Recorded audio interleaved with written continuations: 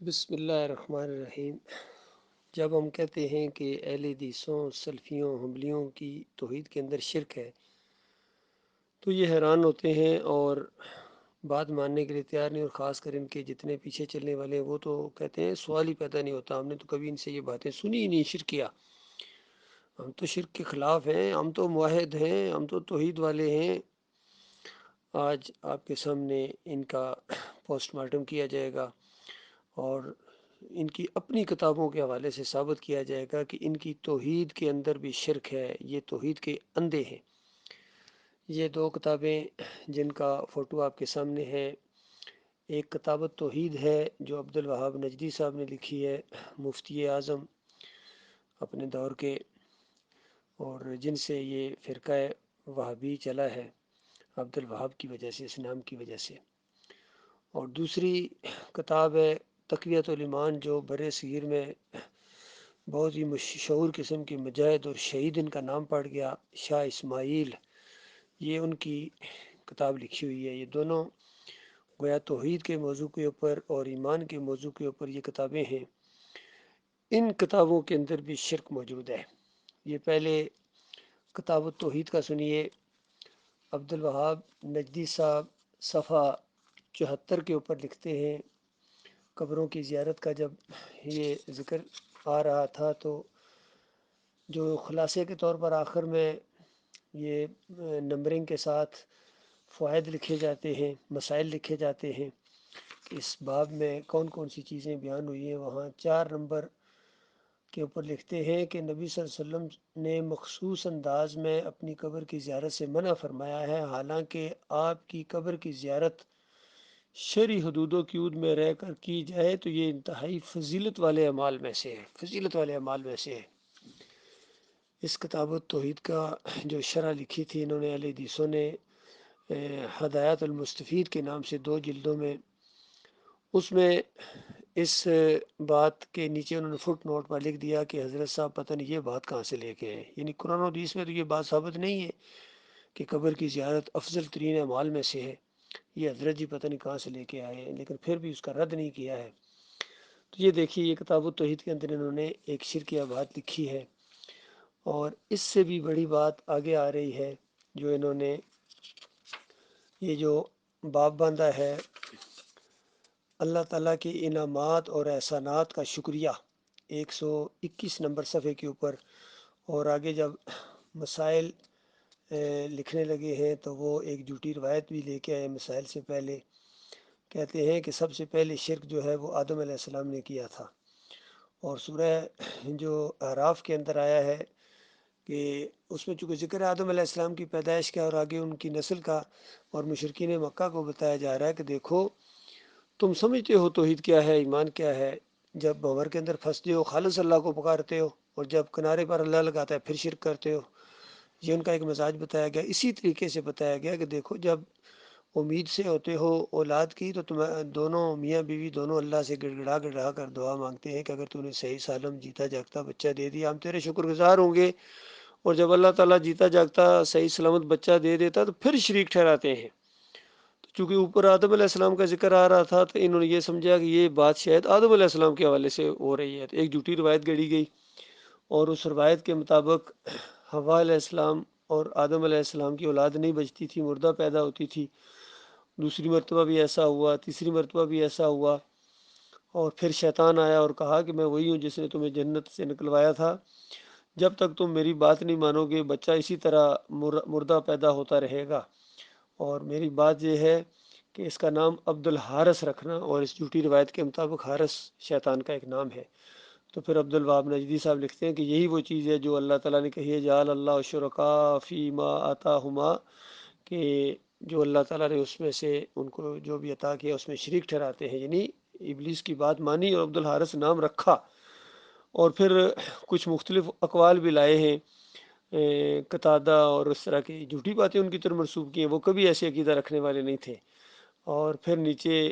اس کا نچوڑ نکالا ہے کہ دیکھیں یہ شرک فی العبادت نہیں کیا تھا، یعنی ابلیس کی عبادت نہیں کی تھی، شرک فی الاطاعت کیا تھا، اطاعت کی تھی نا۔ اور بتاؤ اللہ کے بندو، جب اطاعت کی تو اطاعت کر کے کیا کی؟ جس طرح اگر کسی کو کہا جائے غیر بھی پکاؤ اور وہ اس کی بات مان لے تو جب اطاعت کی، بات مان لی، تو بات ماننے کے بعد کیا کیا؟ شرک۔ تو یہ اصل میں یہ چیز ہوتی ہے، اور حضرت صاحب بڑی احتیاط سے آخر میں اسی فوائد میں لکھتے ہیں کہ اسلاف جو ہیں، امت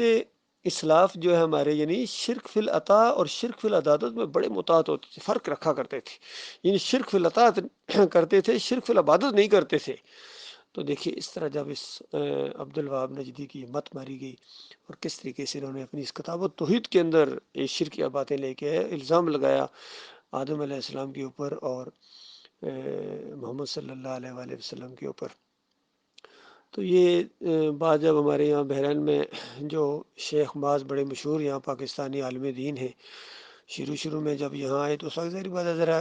کمزور مالی پوزیشن تھی، تو امامت وغیرہ کے پیسے لیا کرتے تھے۔ تو ہمارے ایک ساتھی نے ان کو بتایا کہ دیکھو یہ تو ناجائز اور حرام ہے۔ تو کہنے لگے ہاں ناجائز ہے، حرام ہے، لیکن کیا کروں، میری مجبوری ہے، جب کبھی میرا اپنا کام چل پڑے گا یا کوئی نوکری اور مل جائے گی تو یہ میں حرام کھانا چھوڑ دوں گا۔ اور بعد میں انہوں نے ایسا کاروبار شروع کیا، ٹریلوں کے مالک ہیں اور بزنس زبردست چلتا ہے، کتنے مال کما رہے ہیں، لیکن وہ حرام خوری سے ابھی تک باز نہیں آتے ہیں، وہ اسی طرح جاری ہے۔ ان کے ساتھ ایک دفعہ گفتگو ہوئی، یہ کتاب التوحید ہم ان کے پاس لے کے گئے، اور جب پہلے ہم نے یہ پوچھا کہ آدم علیہ السلام نے کیا شرک کیا تھا اس طرح کا، تو کہتے ہیں سوال ہی پیدا نہیں ہوتا۔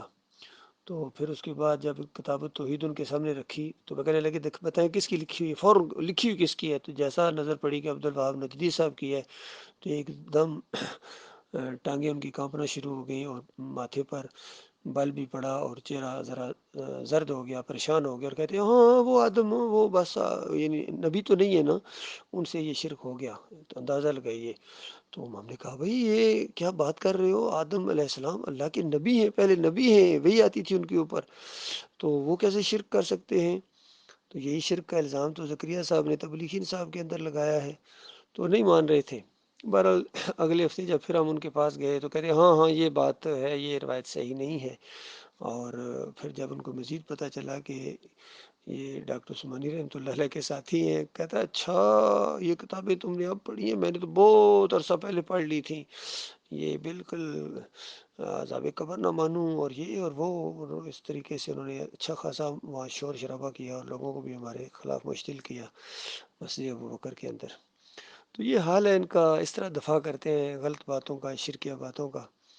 اب دوسری کتاب کا ذرا حال سنیے، شاہ اسماعیل شہید صاحب نے جو لکھی ہے تقویۃ الایمان،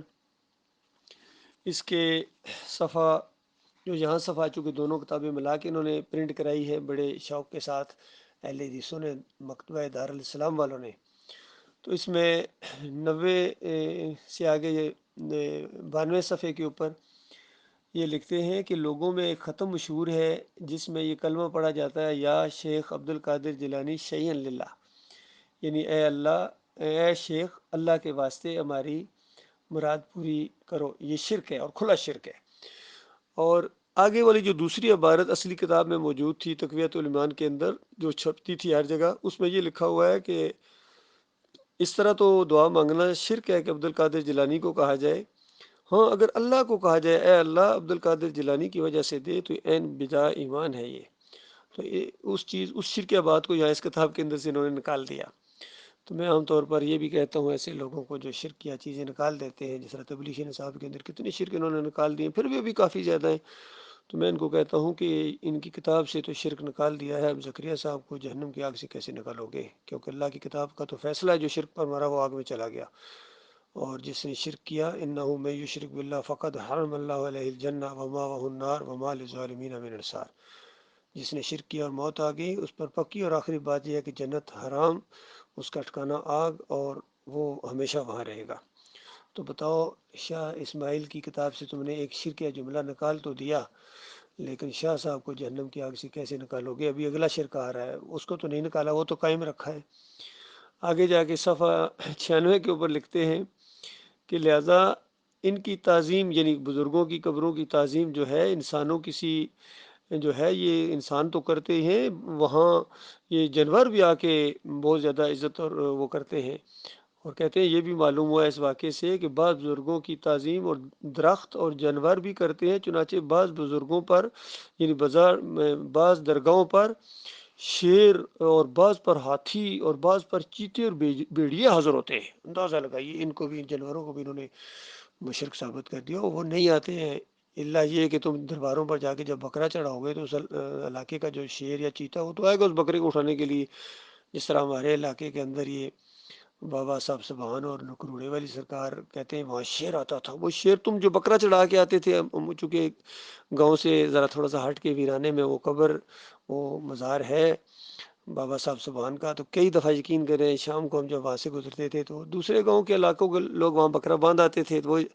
جیسا ہی اندھیرا پڑنا شروع ہوتا ہے تو یہ جانور ہوتے ہیں جو پالتو ہوتے ہیں، یہ نہیں جنگلوں کو خوف محسوس کرتے ہیں، تو وہ بہت زور زور سے آوازیں نکالتا ہے، گھبرا جاتا ہے۔ تو ظاہری بات ہے یہ مشرق تو وہاں جاتے نہیں ہیں، رات کو بکریاں جب اس طرح آواز بکرے نکالتی ہیں تو وہاں قریبی کوئی گیدڑ کوئی بھیڑیا تو وہ تو آگے اس کو اٹھائے گا،